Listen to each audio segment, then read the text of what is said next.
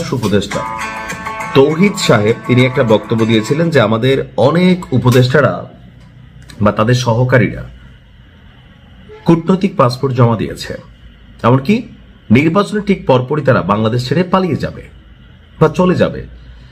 এখন সরকার গঠন তো হইল না, এই সরকারটা তো এখন স্টেবল, তাই না? এখনো তারা এক্সিস্ট করে। সরকার গঠন হবে, শপথ হবে, তারপরে এই সরকারের সাথে যারা সংশ্লিষ্ট, যাদের মনে ভয় নাই, দুর্নীতি করে নাই, চিটিং করে নাই, বাটপাড়ি করে নাই, স্বজনপ্রীতি করে নাই, তারা সুন্দরভাবে 18 মাস ভালো হোক খারাপ হোক যতটুকু তারা দায়িত্ব পালন করেছিল তারা সুন্দরভাবে বাংলাদেশ থেকে বিদায় নিবে। কিন্তু ঘটা শুরু হয়েছে ভিন্ন ঘটনা, অর্থাৎ তৎকালীন সময় পররাষ্ট্র উপদেষ্টা তৌহিদ তিনি যে বক্তব্যগুলি দিয়েছিলেন সেটার প্রথম জায়গাতে আমরা যার নাম পাইলাম প্রধান উপদেষ্টার বিশেষ সহকারী, অর্থাৎ ডক্টর ইউনূসের বিশেষ সহকারী ফয়েজ আহমেদ তৈয়ব। তিনি দেশ ছেড়ে ভাইগা চলে গেলেন নীরবে। ডাক, টেলিযোগাযোগ এবং তথ্য প্রযুক্তি মন্ত্রণালয়ের দায়িত্বপ্রাপ্ত অন্তর্বর্তীকালীন সরকারের প্রধান উপদেষ্টার বিশেষ সহকারী, খুবই গুরুত্বপূর্ণ বেশ কিছু সেক্টর তিনি আসলে হোল্ড করেছিলেন। এখন সূত্র বলছে সকাল 10টার দিকে, আজকে শনিবার সকাল 10টার দিকে জার্মানির উদ্দেশ্যে ঢাকা ত্যাগ করে ফেলেছেন। আপনার বিমানবন্দর সূত্র থেকে জানা গেছে তিনি এমিরেট এয়ারলাইন্সের ফ্লাইট EK583 এই বিমানযোগে হযরত শাহজালাল বিমানবন্দর থেকে আপনার রওনা হয়েছেন। তার সফরের উদ্দেশ্য আনুষ্ঠানিকভাবে প্রকাশ করা হয়নি, জানিয়ে মানুষের মধ্যে সন্দেহ তৈরি হয়েছে প্রধান উপদেষ্টার বিশেষ সহকারী কেন নীরবে দেশ ছেড়ে চলে গেলেন, কেন এটার কাজ সম্পর্কে কোনো ব্যাখ্যা বা তথ্য আমাদের কাছে আসলো না। দর্শক, ফয়েজ আহমেদ নেদারল্যান্ডসের নাগরিক এবং বর্তমানে তিনি নেদারল্যান্ডসের প্রতিষ্ঠান ভোডাফোন জিঙ্গুতে সিনিয়র সফটওয়্যার সলিউশন আর্কিটেক্ট হিসাবে কর্মরত রয়েছেন। তো ওই যে অভিযোগ ছিল যে এই অন্তর্বর্তী সরকারটাই যারা চালাইছে তারা বিদেশি নাগরিকদের দিয়া এই রাষ্ট্রের মেরামত করতে চাইছে, সংস্কার করতে চাইছে। অধ্যাপক আলী রেস থেকে শুরু করে ভাই যারা বিদেশে থাকে, দেশেই থাকে না, এই দেশের সংস্কার করতে গেলে তারা আসলে কি করবে? ধরেন বাংলাদেশের সরকারি প্রাথমিক বিদ্যালয়গুলোতে উদাহরণ দিলে বুঝবেন, দেখবেন যে এখানে শিক্ষকদের সন্তানরা স্কুলে পড়ে না, ম্যানেজমেন্ট কমিটি যেটা থাকে তাদের বাচ্চারা এই স্কুলে পড়ে না, অ্যাজ এ রেজাল্ট স্কুলের পড়া ভালো না, বাথরুমগুলোতে যাওয়া যায় না, পরিবেশ খুবই নোংরা। প্রাইভেট প্রতিষ্ঠানগুলোতে তারা তাদের বাচ্চা পড়ায় যেখানে ফার্স্ট ক্লাস পড়াশোনা হয়। অর্থাৎ আমি নিজে যেই কাজটাতে সুবিধা ভুগি না বা আমার পরিবার সুবিধা ভুগি না, সেই কাজে আমার ইমানদারি থাকবে শতভাগ, এটা আশা করো বোকামি। তো আমরা 2025 সালে আমরা যখন দেখলাম যে নাহিদ ইসলাম এই তথ্য প্রযুক্তি মন্ত্রণালয় থেকে পদত্যাগ করলেন, এরপর মন্ত্রণালয় খালি থাকায় 5ই মার্চ ফয়েজ আহমেদকে প্রতিমন্ত্রী পদমর্যাদায় প্রধান উপদেষ্টার বিশেষ সহকারী হিসাবে নিয়োগ দেওয়া হয়। তো তিনি আকস্মিক দেশ ত্যাগ করার পরে মানুষের মধ্যে সন্দেহ হয়েছে যে ধান্দাটা আসলে কি করছে। দেখেন তিনি হয়তো কোনো দুর্নীতি করেন নাই, কিন্তু এভাবে ইলেকশনের একদিন পরে দেশ ছেড়ে তিনি পালাই গেলেন। কোথায় গেলেন, কেন গেলেন, কোনো তথ্য নাই রাষ্ট্রের কাছে। ওই যে বলা হইতো যে আমাদের কি বলে যে বাণিজ্য সচিব যিনি আছেন, বাণিজ্য কি বলে উপদেষ্টা ছিলেন, তিনি কিন্তু একটা বলছিলেন বশির সাহেব যে 21 লক্ষ কোটি টাকা ঋণ করা হয়েছে।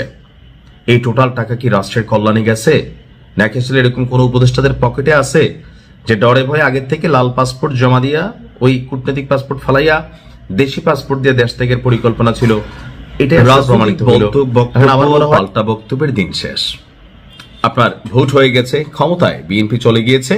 সো এখন হচ্ছে যে তারেক রহমানের যে বলা ছিল আই হ্যাভ এ প্ল্যান, কি সেই প্ল্যান? তো এই প্ল্যান নিয়ে নানান ধরনের আলোচনা সমালোচনা রাজনৈতিকভাবে অনেকে করেছেন। বাট আজকে যখন আমরা দেখলাম যে নির্বাচন পরবর্তী যেই সংবাদ সম্মেলন হলো, সেই সংবাদ সম্মেলনে তিনি যে বক্তব্য দিয়েছেন, বিশ্বাস করেন যদি এই জায়গায় বিএনপির ইথোলজি অথবা আইডিওলজি সারা বাংলাদেশের নেতাকর্মীরা মাইনা চলে, তাহলে বিএনপি এই 5 বছর না এর পরের 5 বছরও ক্ষমতায় থাকবে। কিন্তু প্রশ্ন হচ্ছে দলের শীর্ষ পর্যায় থেকে যে সকল বার্তা পাঠানো হয় একদম লোকাল গ্রাম পর্যায়ের অথবা দেশে বিদেশে ছড়িয়ে থাকা যে কর্মীরা, তারা কি সেটা ফোকাস করছে? আসুন দেখি জনাব তারেক রহমান কি বক্তব্য দিয়েছেন। আর এতে কেনই বা আওয়ামী লীগের জামাতের নেতাকর্মীদের খুশি হওয়ার কথা, তবে সবচেয়ে বেশি আওয়ামী লীগের যারা সাপোর্টার আছেন তারা খুশি হয়েছেন। জাতীয় সংসদ নির্বাচন পরবর্তী পরিস্থিতিতে দেশে যে শান্তি শৃঙ্খলার ডিস্টারবেন্স আছে সেটাকে বজায় রাখার উপর সর্বোচ্চ গুরুত্ব আরোপ করেছেন আপনার জনাব তারেক রহমান। তিনি বলছেন যে কোনো মূল্যে আইন শৃঙ্খলা স্বাভাবিক রাখতে হবে এবং এই অংশটা খুবই গুরুত্বপূর্ণ। কোনো ধরনের সহিংসতা, প্রতিশোধ বা উস্কানিমূলক কর্মকাণ্ড বরদাস্ত করা হবে না।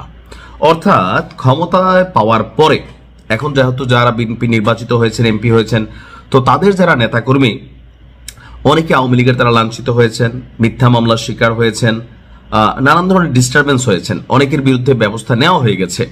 আবার অনেকে আপনার হয়তো এখনো ধরাছোঁয়ার বাহিরে আছে, অথবা অনেকে এখন বিএনপি নতুন ক্ষমতায় আসতে যাচ্ছে দীর্ঘদিন পরে, তো স্বাভাবিকভাবে এলাকায় আধিপত্য বা প্রাধান্য বিস্তারকে কেন্দ্র করে প্রতিশোধমূলক কর্মকাণ্ড হিসাবে যে হ্যাঁ আওয়ামী লীগ আমাদের সাথে এটা করছে, আমরাও এটা করবো, সে আমার দিকে চোখ তুলে তাকাইলো কেন, সে একটা কথা বললো কেন।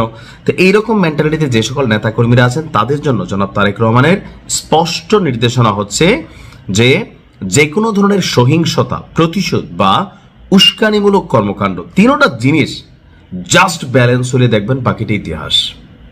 তবে এই বিষয়টা যে বললাম না, দলের যারা প্রধান থাকেন তারা হয়তো অনেক কিছুই দলের কল্যাণে বা তারা চায় যে ধরেন আমি যদি একটা পরিবারের প্রধান হই, আমি কি চাইবো না যে আমার পরিবারটাকে মানুষ ভালো বলুক, একটা প্রতিষ্ঠানের প্রধান হইলে অথবা একটা সংগঠনের প্রধান হইলে।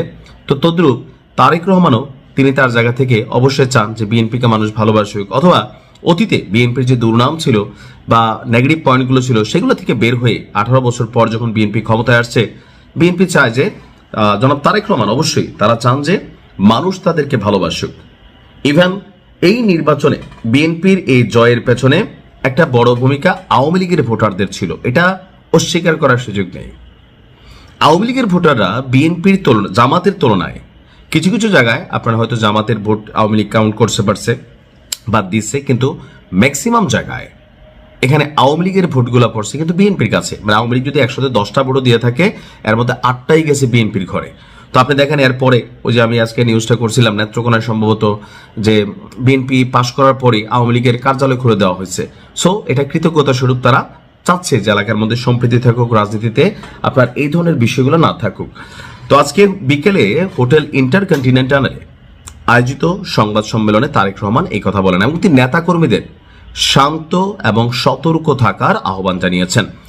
তিনি বলছেন যে নির্বাচনে প্রতিদ্বন্দ্বিতা করতে গিয়েও কোথাও কোথাও ভুল বোঝাবুঝি বা উত্তেজনা তৈরি হয়ে থাকতে পারে, তবে তা যেন কোনোভাবেই প্রতিশোধ বা প্রতিহিংসায় রূপ না নেয়।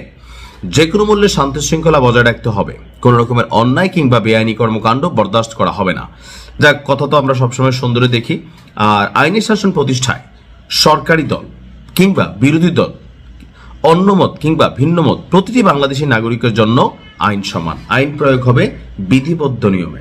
কথা সবই সুন্দর, আশা করি এই সুন্দর কথাগুলো বাস্তবায়ন হবে। যদি